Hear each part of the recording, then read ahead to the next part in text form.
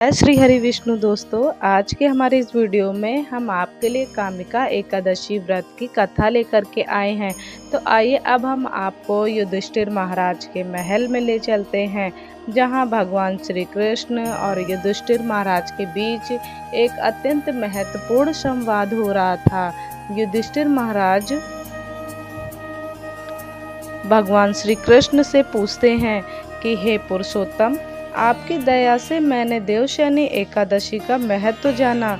अब कृपया आप मुझे आषाढ़ मास की कृष्ण पक्ष में आने वाली एकादशी के विषय में बताएं। युधिष्ठिर महाराज का प्रश्न सुन भगवान श्री कृष्ण मुस्कुराए और बोले कि हे राजन, एक समय जीवों के कल्याण के लिए नारद मुनि ने यह प्रश्न अपने पिता ब्रह्मा जी से किया था। ब्रह्मा जी ने उन्हें जो वर्णन किया वह मैं आपको कहता हूँ, ध्यान पूर्वक सुनिए। तो हे पितामह, क्या आप मुझे आषाढ़ मास की कृष्ण पक्ष में आने वाली एकादशी के विषय में बता सकते हैं? तो हाँ वत्स, आषाढ़ मास के कृष्ण पक्ष में आने वाली एकादशी कामिका एकादशी है। इसकी महिमा इतनी दिव्य है कि इसमें श्रवण मात्र से अश्वमेध यज्ञों का फल प्राप्त होता है। इस दिन जो व्यक्ति तुलसी दल से भगवान श्री हरि की पूजा करता है, उसे स्वर्ण और चांदी दान करने के समान फल प्राप्त होता है।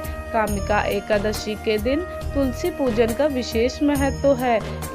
इस दिन भगवान केशव को 9 अंकुरित तुलसी मंजरी अर्पित करनी चाहिए।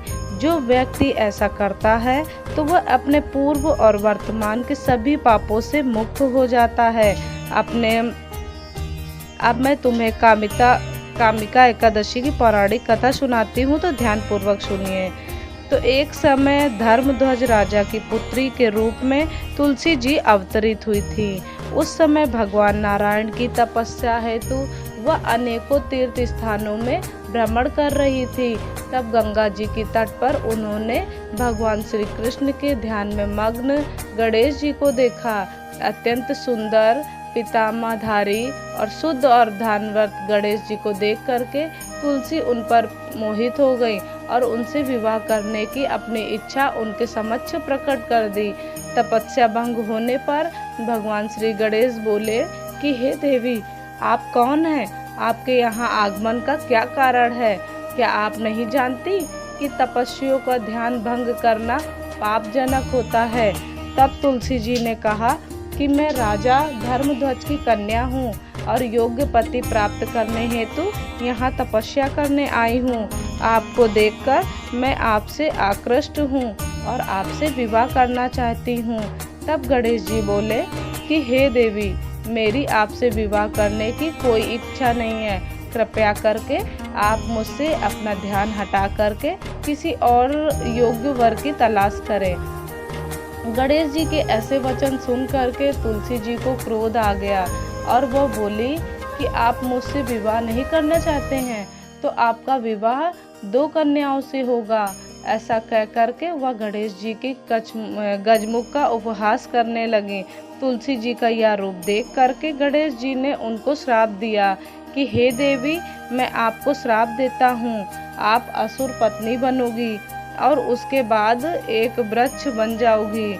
अब यह सुन करके तुलसी जी को अपनी भूल का आभास हुआ और वह गणेश जी से प्रार्थना करने लगी कि वो अपना श्राप वापस ले लें। तब गणेश जी बोले कि हे देवी, तुम भगवान नारायण की प्रिय बनोगी तो समस्त मनुष्यों के लिए तुम्हारे द्वारा किया गया पूजन लाभकारी रहेगा, परंतु मेरे लिए तुम हमेशा त्याग ही रहोगी। इसके बाद आगे चल करके तुलसी जी शंखचूड़ असुर की पत्नी बनी, भगवान नारायण की प्रिय तुलसी के पौधे में प्रकट हुई। आगे भगवान श्री कृष्ण कहते हैं कि जो व्यक्ति कामिका एकादशी का व्रत का पालन करता है, उसे संपूर्ण पृथ्वी के दान, बछड़े समेत किए गए गाय के दान के समान फल प्राप्त होता है।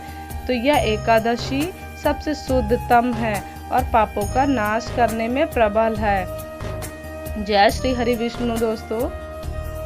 आपको हमारी कहानी अगर अच्छी लगी हो तो आप लोग प्लीज़ हमारे चैनल को सब्सक्राइब जरूर कर दीजिएगा, लाइक कर दीजिए और कमेंट में जय श्री हरि विष्णु जरूर लिखिएगा।